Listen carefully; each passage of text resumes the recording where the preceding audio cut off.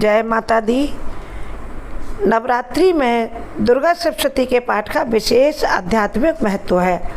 दुर्गा सप्तशती के 13 अध्यायों से पहले 3 प्रथम अंग हैं देवी के, जो कवच, अर्गला और कीलक कहलाते हैं। ये तीनों स्तोत्र हैं। कवच का अर्थ है सुरक्षा का घेरा। जब हम देवी कवच पढ़ लेते हैं तो देवी की अमोघ शक्तियाँ हमारे शरीर के अंग अंग की सुरक्षा करती हैं। देवी का स्मरण करने मात्र से मनोवैज्ञानिक तरीके से हमें लाभ होता है, और इसको विज्ञान भी मानता है कि जब हम पॉजिटिव थिंकिंग करते हैं तो हमारे शरीर के सभी अंग प्रॉपर वर्क करते हैं, कहीं कोई परेशानी या उलझन नहीं रहती है, और पॉजिटिविटी का असर हमारे पूरे शरीर पर पड़ता है। जब हम एक एक अंग पर माता दुर्गा का नाम लेकर के उनका सुरक्षा घेरा बनाते हैं तो ऐसा देखा गया कि लगातार इसका प्रतिदिन पाठ करने से सिर्फ नवरात्रि ही नहीं, यदि आप हमेशा इस कवच का पाठ करेंगे तो आपके शरीर के सभी अंग प्रॉपर वर्क करेंगे, सुरक्षित रहेंगे और स्वस्थ रहेंगे। माँ देवी दुर्गा का कवच संसार के 18 पुराणों में से सबसे शक्तिशाली पुराण मार्कंडेय पुराण से लिया गया है। यह भगवती दुर्गा का कवच एक तरह से दुर्गा माँ का पाठ है, जो हमें साहस और हिम्मत प्रदान करने के लिए सबसे अधिक बलशाली और बलवान स्तोत्र है, और दुष्टों से हमारी रक्षा करता है तथा शरीर के अंगों की रोगों से रक्षा करता है तथा बाहरी शत्रुओं से भी रक्षा करता है। कहा जाता है कि माँ दुर्गा का कवच ब्रह्मा जी ने ऋषि मार्कंडेय को सुनाया था।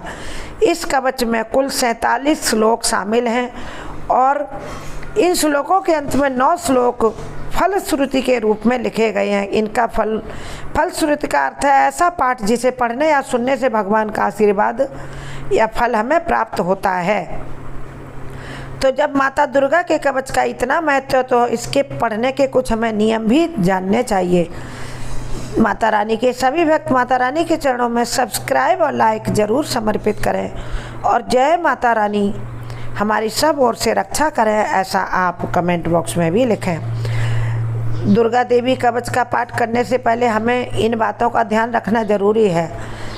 कवच का पाठ करने से पहले आप ध्यान रखें कि आप स्नान किए हुए हों, साफ स्वच्छ वस्त्र पहने हों और माता रानी के पास बैठे हों। यदि आपको कंठस्थ है तो आप मानसिक रूप से कहीं भी किसी भी स्थिति में इसको पढ़ सकते हैं बिना जिह्वा हिलाए, और इसका पूरा असर होगा वही जो आप जोर से माता रानी के पास बैठकर पढ़ेंगे। और किसी भी मंत्र को आप 3 बार पढ़कर ओम ऐं ह्रीं क्लीं चामुंडाय विच्चे, ओम ऐं ह्रीं क्लीं चामुंडाय विच्चे, ओम ऐं ह्रीं क्लीं चामुंडाय विच्चे, ऐसा करके फिर आप देवी कवच का पाठ करें। और कोई भी मंत्र बोल सकते हैं 3 बार, ओम दुम दुर्गाय नमः, ऐसे करके। असाध्य रोगों की स्थिति में देवी कवच का आप प्रतिदिन 3 बार पाठ करें। अपने लिए या अपने परिवार के किसी सदस्य को परेशानी हो तो उसके लिए तो आपको बहुत फायदा होगा। देवी कवच के प्रारंभ और अंत में देवी सूक्त का पाठ कर लें तो आपको और अधिक इसका फल मिलेगा। पाठ करने से पहले आपके घर में देसी घी का दीपक प्रज्वलित होना चाहिए। यदि आप अखंड ज्योति जलाते हैं तो आप उसके सामने बैठकर पढ़ सकते हैं, नहीं तो कवच का पढ़ने से पहले आप एक देसी घी का दीपक जलाकर रख लें। देवी कवच में शरीर के समस्त अंगों का उल्लेख है।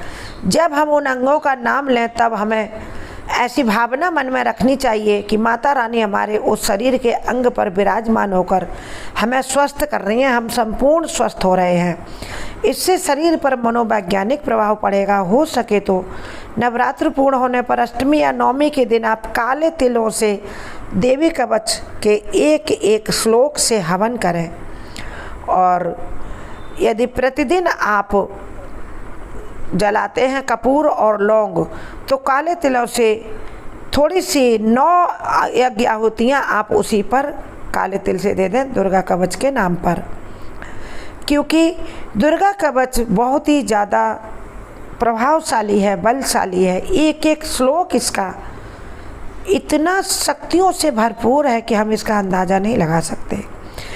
इसीलिए हमें नवरात्रि नहीं, हर दिन दुर्गा कवच के शक्तिशाली असर को गहराई में अपने शरीर के अंग अंग में उतरने देना चाहिए।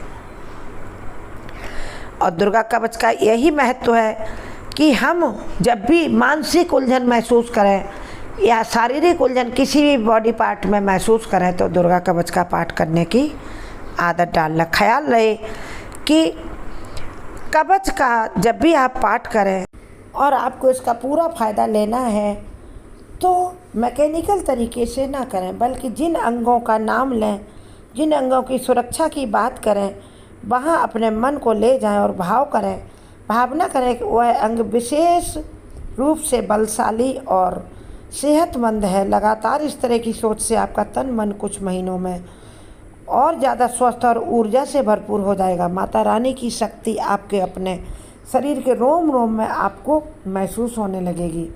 यदि आपको नवरात्रि में दुर्गा सप्तशती का पाठ करने का वक्त ना मिले हो, आप बिजी हों, नौकरी पेशा में हों, व्यापारी हों, कुछ ऐसे हों कि आपको समय कम मिलता, तो फिर आप कवच अर्गला और कीलक स्तोत्र का पाठ कर लें और सिद्धि कुंज का स्तोत्र का पाठ कर लें।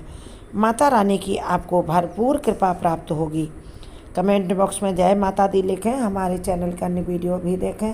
चैनल सब्सक्राइब करें और वीडियो अच्छा लगे तो लाइक और शेयर अवश्य कर दें। कमेंट बॉक्स में जय माता रानी अवश्य लिखें। जय माता दी।